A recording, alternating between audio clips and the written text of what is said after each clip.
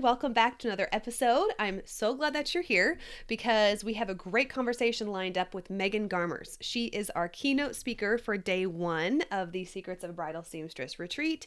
She's also the founder of the Bridal Masterclass. So in this episode, she's going to be talking about the Bridal Masterclass and how it serves wedding professionals like you.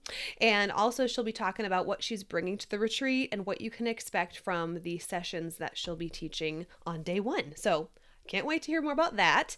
If you are interested in joining the retreat, our registration is still open until January 1st, and there's a link in the show notes for you to sign up for that. And before the retreat in December, I have a free masterclass. We're going to be talking about pre-booking strategies, and that is happening on Friday, December 9th. You do need to register to get the Zoom link for that, and the recording will only be available to those of you who have registered. So go ahead and click on the link in the show notes for that, happening again December 9th. Hopefully that'll give you another tool to use as we get into this crazy 2023 season. Like we just survived 2022 and now we're like taking a deep breath and then getting ready for the next season. So thanks again for tuning in and enjoy this conversation with Miss Megan. All right, Megan, thank you so much for joining me today. I cannot wait to get the juicy details about the retreat and just have our audience get even more excited about our upcoming retreat in Palm Springs. I'm so excited.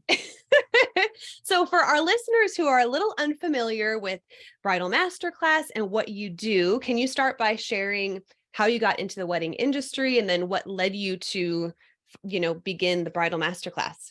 Yeah, absolutely. So I have a degree in psychology, and instead of right, and it's always one of those interesting things that's really useful for a lot of industries, but specifically for the wedding industry. Oh yeah, very, very useful.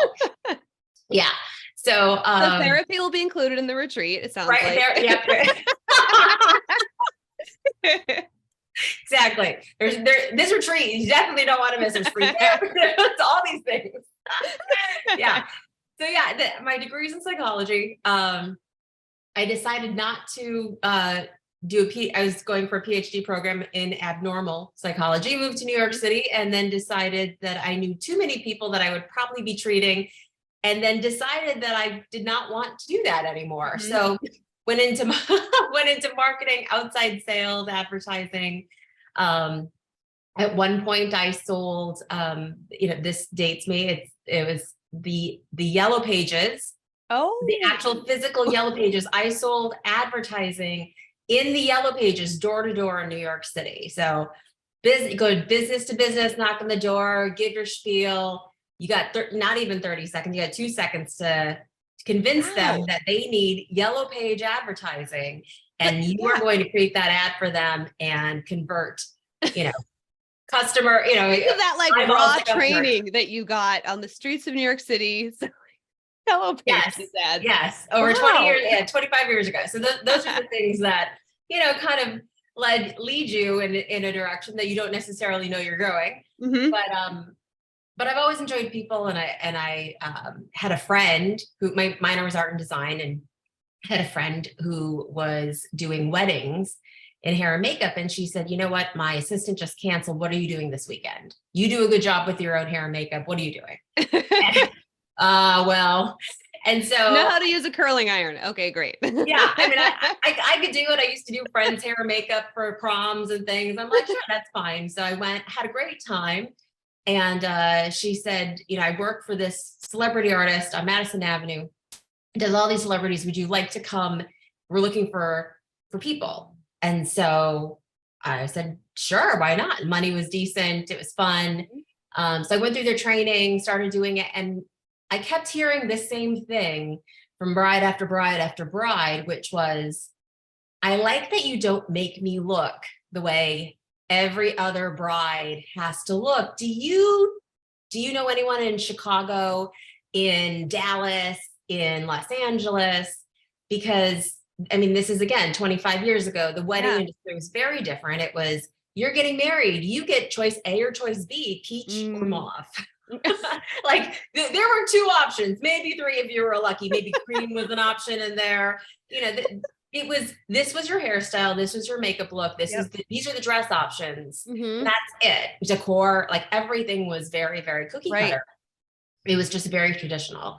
And so it, at that point, just, you know, early 2000s, it was the turning point of the industry to really become a personalized industry, which Yeah. was, it was so amazing. And so to be able to be a part of that was really neat. Mm-hmm. So people kept asking.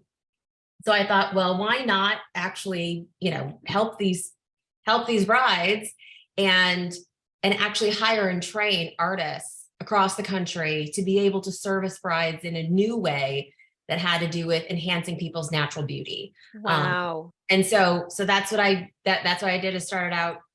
And since then, obviously, we do lots of things. So MG Hair and Makeup was born, and we do Bridal Fashion Week. We do London and Harrogate Fashion Weeks in the UK, with lots of designers. And obviously, we work with lots of brides. Did everything from, you know, David Totera's My Fair Wedding on the Mm-hmm. We TV network, and Brandy to the Rescue on TLC, and all these other fun things along the Yeah. way, which, you know, but the industry has changed and evolved so much. And it's really Mm-hmm. been neat. I mean, to see how businesses have either grown or Mm-hmm. stayed the same, or Right. unfortunately died. Mm-hmm. And so, you know, those are the insights that, you know, that kind of helped steer the Bridal Masterclass to being, you know, conceived, essentially, because Yeah. there are so many opportunities for people to learn, but unfortunately there's not a lot of implementation opportunities. And so Mm-hmm. you can gather all the information. It doesn't mean that you're going to digest it and apply it. So Right. those Right. are the things that if we can help with the digestion and application, then that's really the goal of the Bridal Yeah. Masterclass.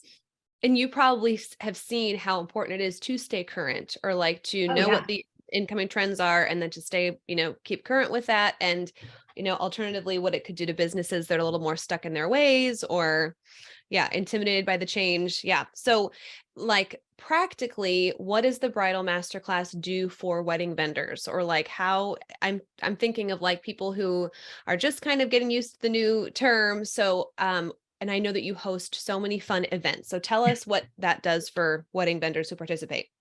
Yeah, I think, you know, one of the most important things is understanding that if you don't know who it is that you're trying to serve or Hmm. attract, your business doesn't necessarily have a purpose. You're not just serving. Yes. You can't just say, I'm serving brides, or my Hmm. clients are people getting married. That's, Hmm. you know, again, 25 years ago, that's fine. That Right, was right. totally the case. You could build an entire business on it. That is not the case anymore. And so people who do that, it's a saying, you know, if you know you're serving everyone, you know, you're really serving no one. Yeah, So it's absolutely. understanding, what do the individuals want Hmm. that you want to work with. And honestly, it's such an exciting time to have a business, especially in the wedding industry, because you actually get to choose. You know, Hmm. again, 25 years ago, that was not the case. You Right, took whoever you got. right. um, and there were no fun things like retreats. Oh my goodness, there were no books. There were no, I mean, the internet was a new thing. So, I mean, learning about a business meant you went to your Barnes and Noble and you read business books Hmm. about starting a business. Right, right. And those were the things that you had to then take, digest, and translate into a wedding business, a small Hmm. business, to try to make that work.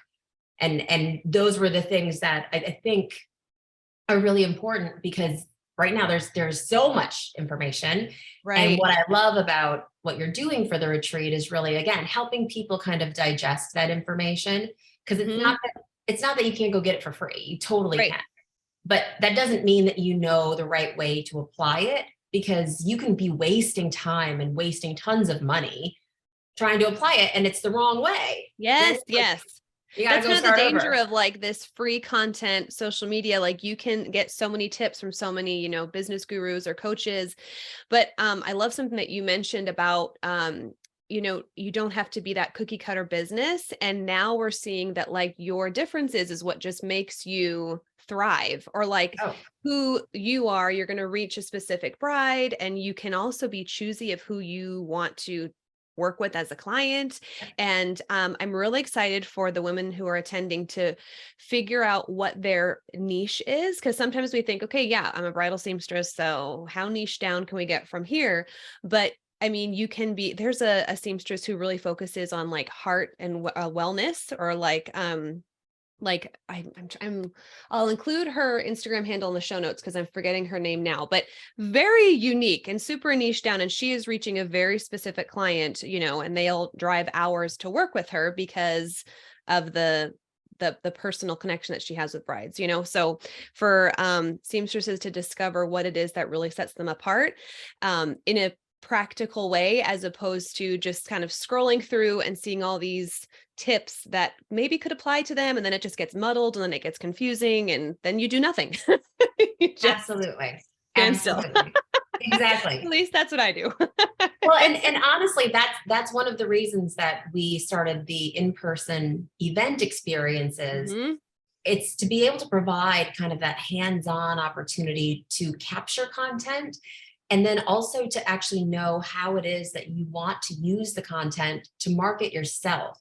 Because I think Mhm. sometimes we get so bogged down with, "Ooh, it's not perfect," or, "Oh, I thought I took a lot of good content there." And one of the things too that I'll do for anyone who's coming to the retreat, there are a couple different kind of pre-retreat PDF homework Mhm. books that they can kind of get started on. But one of the things that is kind of like a fun checklist is actually understanding, how do I use something like the retreat to be able to use that for content on my social media?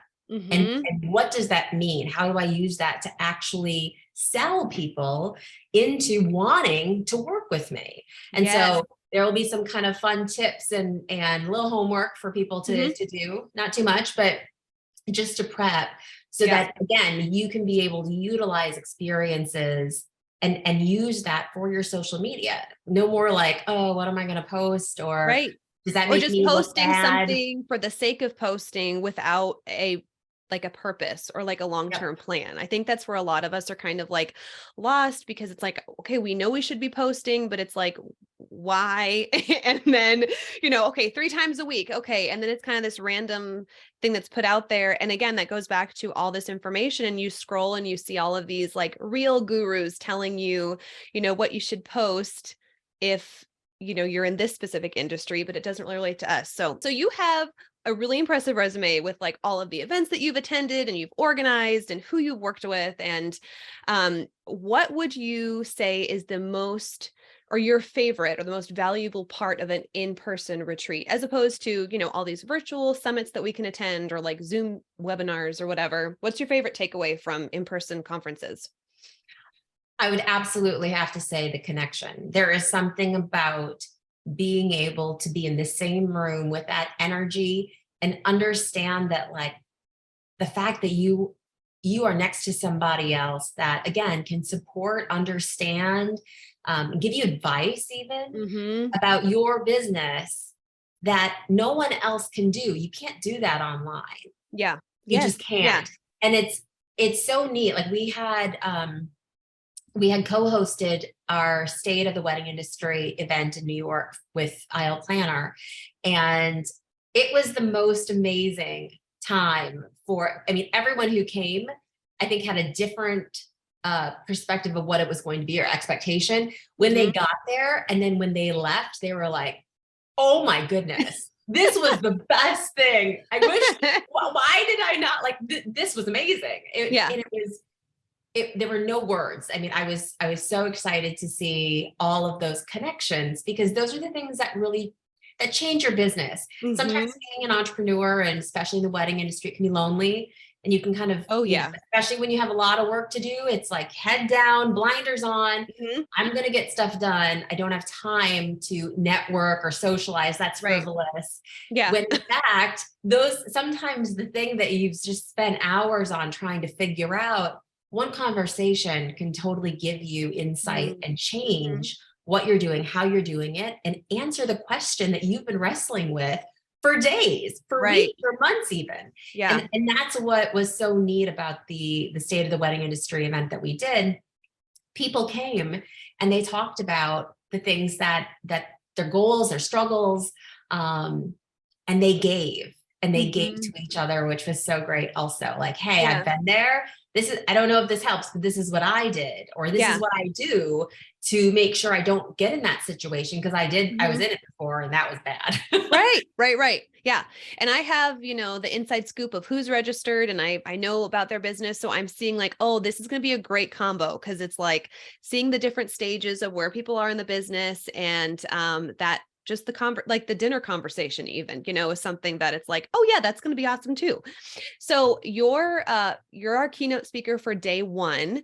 And I love the sequence of the retreat because you're going to kind of hit hard on some professional pillars, I should say. So I think we named it Strengthening Your Bridal Sewing Business. So can you tell us a little more about your 3 sessions without giving too much away?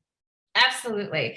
So I think, so first of all, going back to what I said, I think it's really important that information is bite-sized enough and digestible enough to be able to be implemented. Because again, it doesn't do you any good if it's not changing the way that you're doing business. So if there's no time to think about, kind of marinate in and digest that information, it's not helpful. Or how do I go home and actually use it, instead of like, okay, I have this book of ideas, and it's like, again, I'm the person who, when I get overwhelmed, it's like I'm just on the couch like binging something and nothing happens. So right.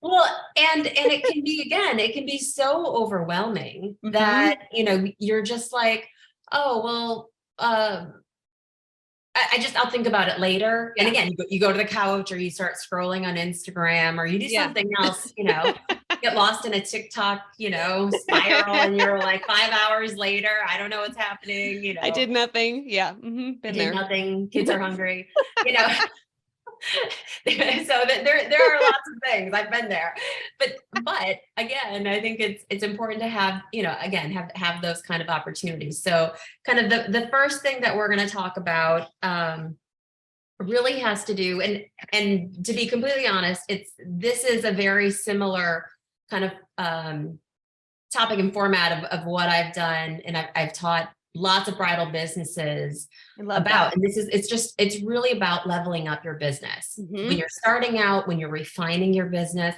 these are, just like you said, these are the pillars of being able to make sure that you have a strong business. Because if you don't, there's nothing for it. There's no good foundation. There's nothing for it to be built on. So that's really important. So we're going to talk about kind of 3 main components. One is really your brand. One is your business, and then one has to do with your marketing. So, again, with your brand, if you don't know who you are, why you're doing it, and who you're marketing to, you don't really have, like we said, we don't really have a business, because you're trying to appeal to everyone. You can't be, the saying, like, you can't be pizza, or you can't be tacos, you can't please everyone. Yeah. Not everyone's going to like you. Not everyone's going to like you. And that's okay. Yeah. Right? Yeah. Because that's not the point. So really kind of, diving deep into that. And again, sometimes it makes sense. Like, oh yeah, I need to define my brand. It sounds cool, or, but I need to update my logo. yeah, pick my colors or whatever. But there's so much more to really doing that for your brand. And it's always exciting for me to see, because, it's the light bulb moment for a lot of people. Like, oh, that's what it means to define my brand. I get it now. So we're going to talk about that. We'll talk about, defining your business. So really structuring your business professionally. I'm really excited for this one. Yes. It's when you're starting out, it's somewhere between a hobby and you're getting a little side hustle, and you're getting some money, and hey, that extra money is really helpful. But then as you go on, you're like, wait, oh, but they totally took advantage of me, or I should have done that, or why are they treating me like this? It's because you're not set up as an actual professional business. And so many very horrible things can go wrong, Mm-hmm. really horrible, but those are the things that we want to make sure that you are safeguarded against Right. by setting yourself up as a professional business. And I think I had a friend, we were just talking recently. She's been a seamstress for over 10 years.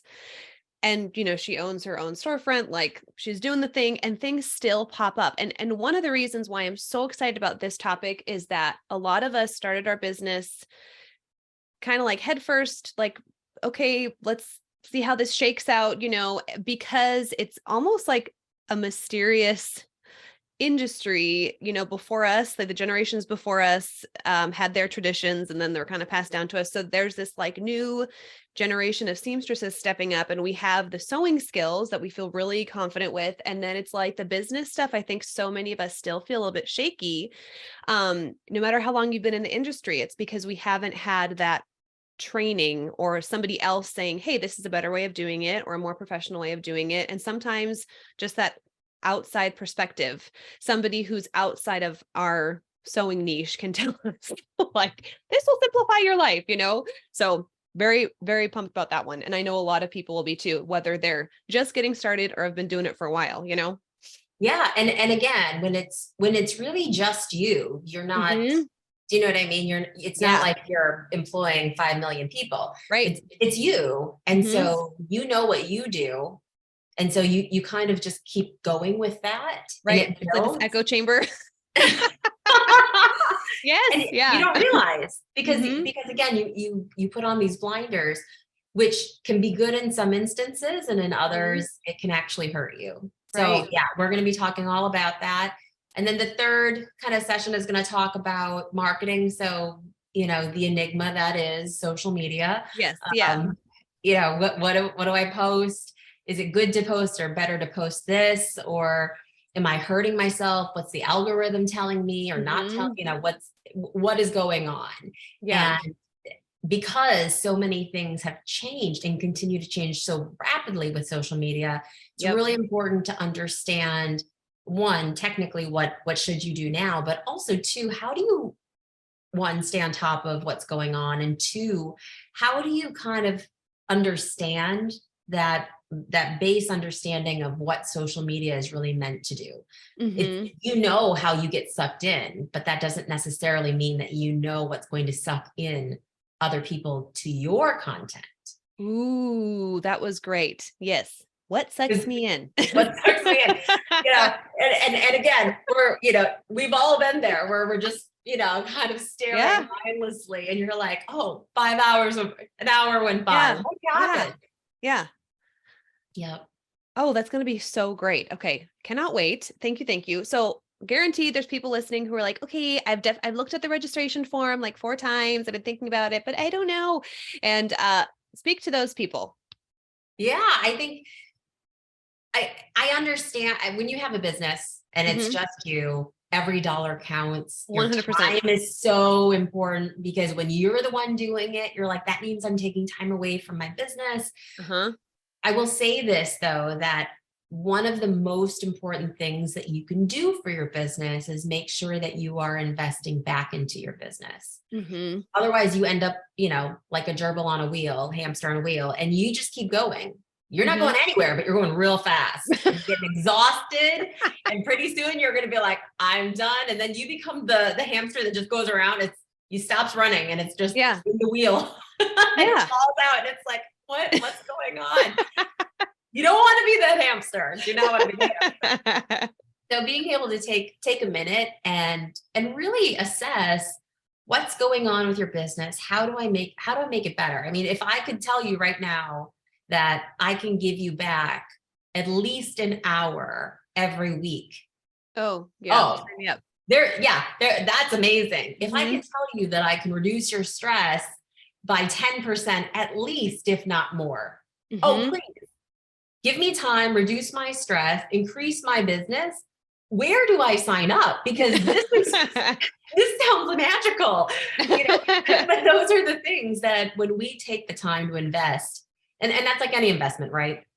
You put Mm-hmm. money, if you put money into a savings account or a bond, or you buy a stock or whatever it is, Yeah. right? The goal is for investment. You're you're taking that money away. You can't spend that money on going out to eat. You can't spend that money on your marketing. You can't spend that money on anything else, but that money is going to work for you.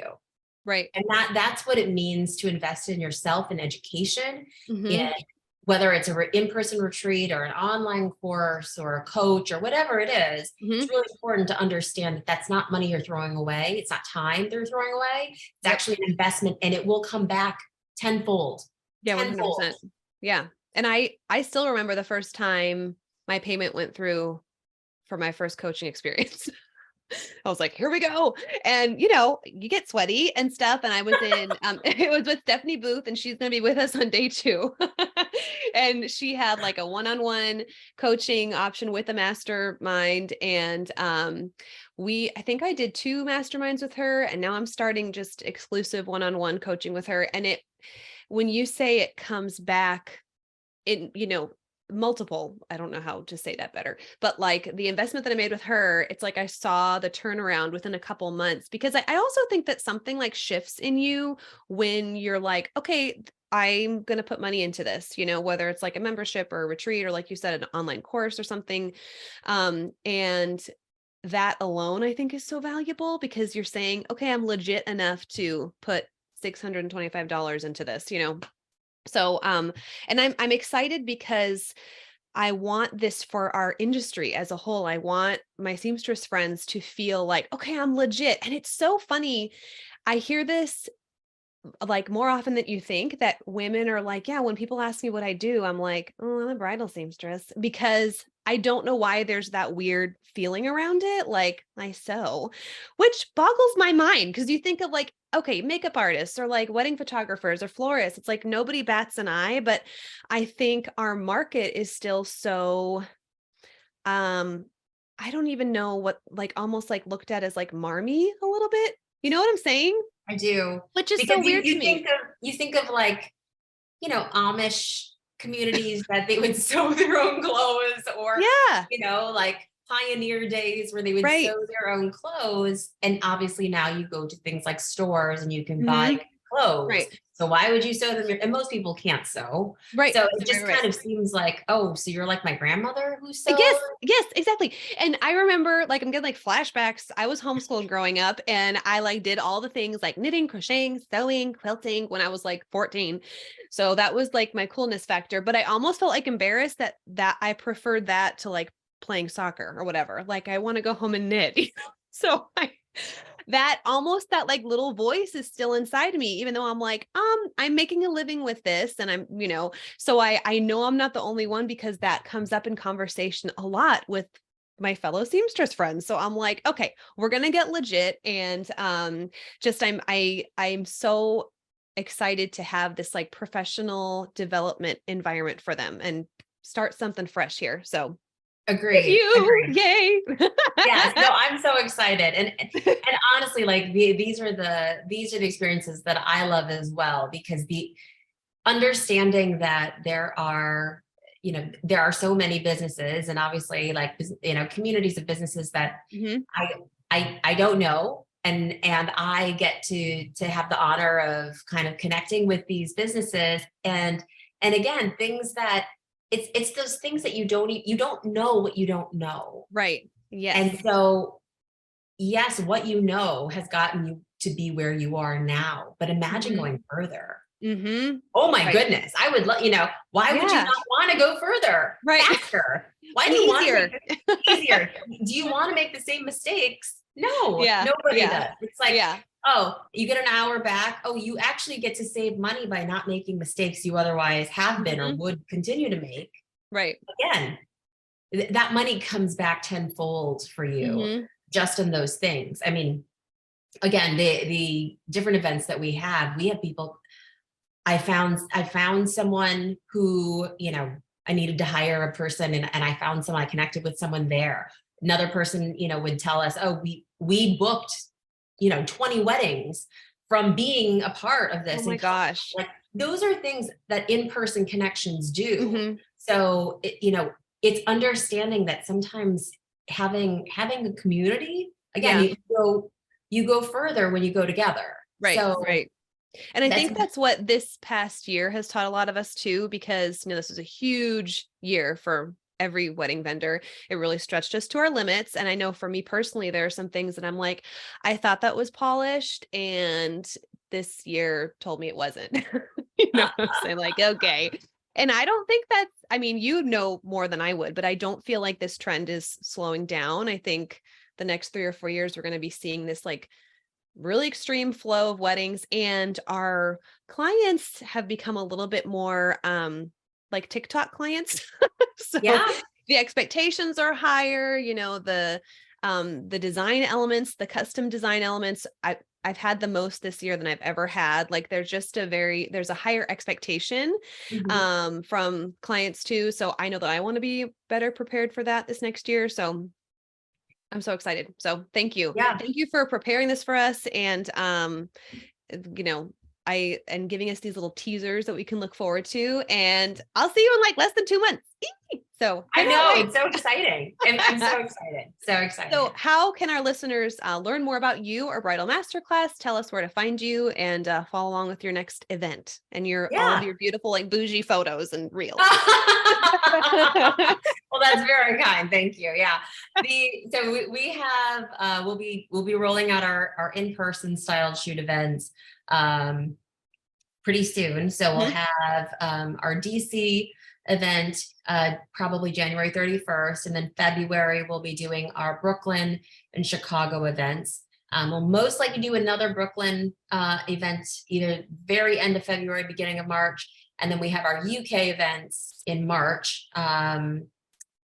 Sandwiching the London Bridal Week, and then we'll do probably another state of the wedding industry event in November next year. So Cool. 2023. Very So fun. those will be the in-person events. Of course, you can always find me on Instagram at the bridal underscore masterclass. So the bridal masterclass with underscores between the words. You're free to DM me if you have a question, or if you're wondering about, kind of whether or not the retreat's going to be for you, if the content's going to be helpful for you. I'm happy to answer questions that way as well. But Great. Thank you. yeah, but I do lots of different coaching.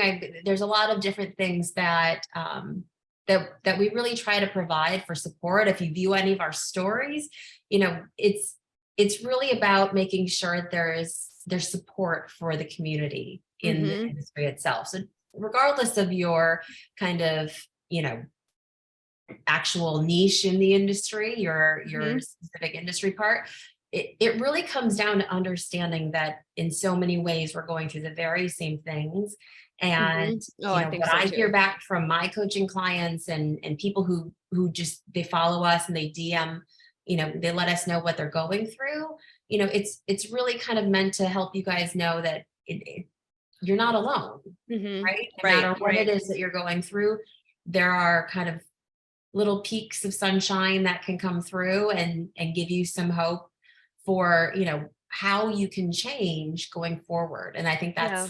that's important, because if you don't, you end up in that same cycle. And 100%. Yeah. Each client teaches us something, and sometimes they teach us that we don't want to work with that type of client anymore. And that is a valuable lesson. Oh yeah. Oh yeah. Well, thank you. And thank you for just being a great resource until January 19th. So Yeah, even before we get the show absolutely. on the road. All right. Well, thank you, Megan, so much. And we'll see you in a couple months. Okay, sounds great.